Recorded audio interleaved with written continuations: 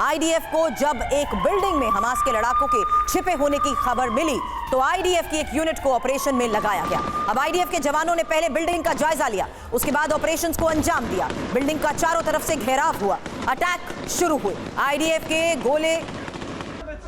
गोली दागते ही बिल्डिंग से फायरिंग होने लगी और इसके बाद आईडीएफ के 6 सैनिकों को कवर फायर दिया गया।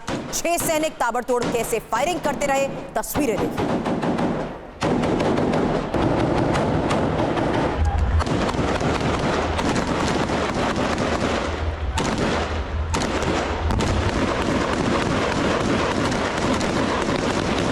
पहले बाहर से बिल्डिंग को टारगेट किया गया और इसी तरह लगातार फायरिंग के साथ साथ ये इमारत में अंदर घुसने में भी कामयाब रहे। इमारत में छिपे हमास लड़ाकों को ढेर कर दिया। हालांकि पूरे ऑपरेशन को बेहद बाजी से अंजाम दिया गया है और आईडीएफ के सैनिकों की जान जाने का जो खतरा था, क्योंकि हमास लड़ाके बिल्डिंग के अंदर छिपकर लगातार खिड़कियों से फायर करते रहे, इजरायली सैनिकों को टारगेट करते रहे। हालांकि मौका मिलने पर खिड़की से फायरिंग भी की जा रही थी और आईडीएफ की रणनीति हमास लड़ाकों पर जाहिर सी बात है ऐसे में भारी पड़ी, क्योंकि आईडीएफ के जवान बेहद तेजी से इमारत के अंदर शामिल होने में भी कामयाब रहे। हमास लड़ाकों पर चौंकाने वाला हमला जिस तरीके से अंजाम दिया गया, उसी की तस्वीर आपके सामने।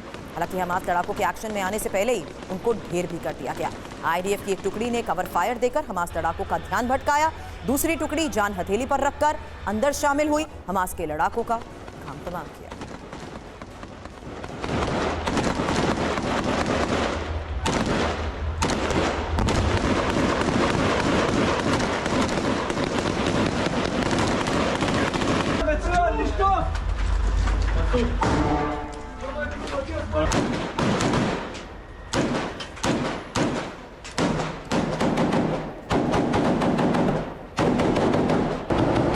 रिएक्शन इस पर चाहूंगी, क्योंकि इन इलाकों में भी छिपकर, ये बात हमने पहले भी की थी कि भले ही गाजा के ज्यादातर इलाकों में आपने खंडर में तब्दील कर दिया है, लेकिन अभी भी ये कहीं ना कहीं सेफ जोन है और आज ऐसा हुआ जहां लगातार अंदर से फायर होता रहा।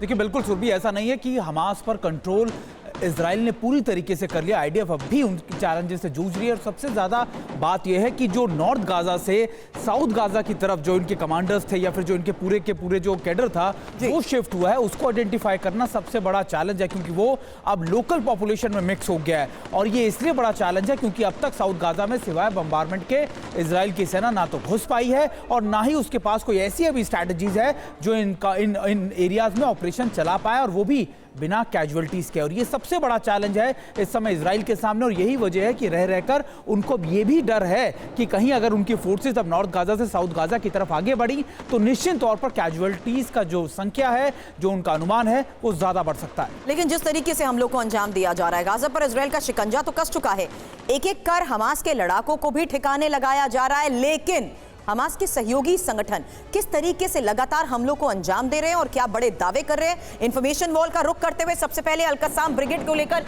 ये इंफॉर्मेशन आपके सामने, क्योंकि ये एक सबसे बड़ी, आपको बता दें, गाजा के इस रण में अल कस्साम ब्रिगेड सबसे बड़ी और बेस्ट इक्विप्ड मिलिटेंट ग्रुप है, जो फिलहाल दावे कर रही है कि 9 आईडीएफ टैंक पर अटैक करने में वो कामयाब रही है। 12 आईडीएफ मिलिट्री व्हीकल्स पर भी टारगेट किया गया और गाजा सिटी में मोर्टार से हमलों को अंजाम दे रही है अल कस्साम ब्रिगेड, जिसे लीड कर रहा था मोहम्मद दैफ। अब बात करते हैं अल कुद्स ब्रिगेड की। ये सेकंड लार्जेस्ट मानी जाती है मिलिटेंट ग्रुप, लेकिन 3 इजरायली टैंक पर हमले का दावा और बैतलैया में रॉकेट अटैक और साथ ही शेख रिजवान में भी आईडीएफ से आमने सामने के तहत बड़े दावे किए जा रहे हैं। मैं क्विक रिएक्शन आपसे शिवाज सर इस पर चाहूंगी, क्योंकि लगातार आमने सामने की जंग की तस्वीरें तो सामने आ जाती हैं, लेकिन यह भी साफ हो चुका है कि भले ही आईडीएफ ये दावे करे कि हमास जहां से ऑपरेट कर रहा था उन ठिकानों को उन्होंने नष्ट कर दिया, लेकिन उन्हीं ठिकानों पर क्या ये वही हमास के लड़ाके वापस आने में अब कामयाब नहीं रहे जहां से अब वो लगातार हम लोग को अंजाम दे रहे हैं? हाँ बिल्कुल, देखो शुरू हुआ क्या है, पहले ज्यादातर फोकस नॉर्थ गाजा में था और अभी नॉर्थ गाजा से साउथ गाजा की तरफ फोकस शिफ्ट हुआ है और वहां पर जो स्ट्रेंथ आई है वो भी बहुत ज्यादा, करीब 23 लाख के करीब पॉपुलेशन है और डेंसिटी पॉपुलेशन बहुत ज्यादा है। और ये जो लड़ाकू थे ये नॉर्थ गाजा से साउथ गाजा में भी आने के लिए एक प्रकार सक्सेसफुल हुए। अभी जिस प्रकार से आइडिया बड़े पिन पॉइंटेड टारगेट से रियल टाइम इंटेलिजेंस से जो हमले कर रही है, तो ये जो 2 ब्रिगेड हैं इसकी हमास की, वो इसके अब टक्कर ले रही है और अब जो लड़ाई है वो काफी मैं ये कहूँगा कि बहुत ज्यादा इंटेंस है।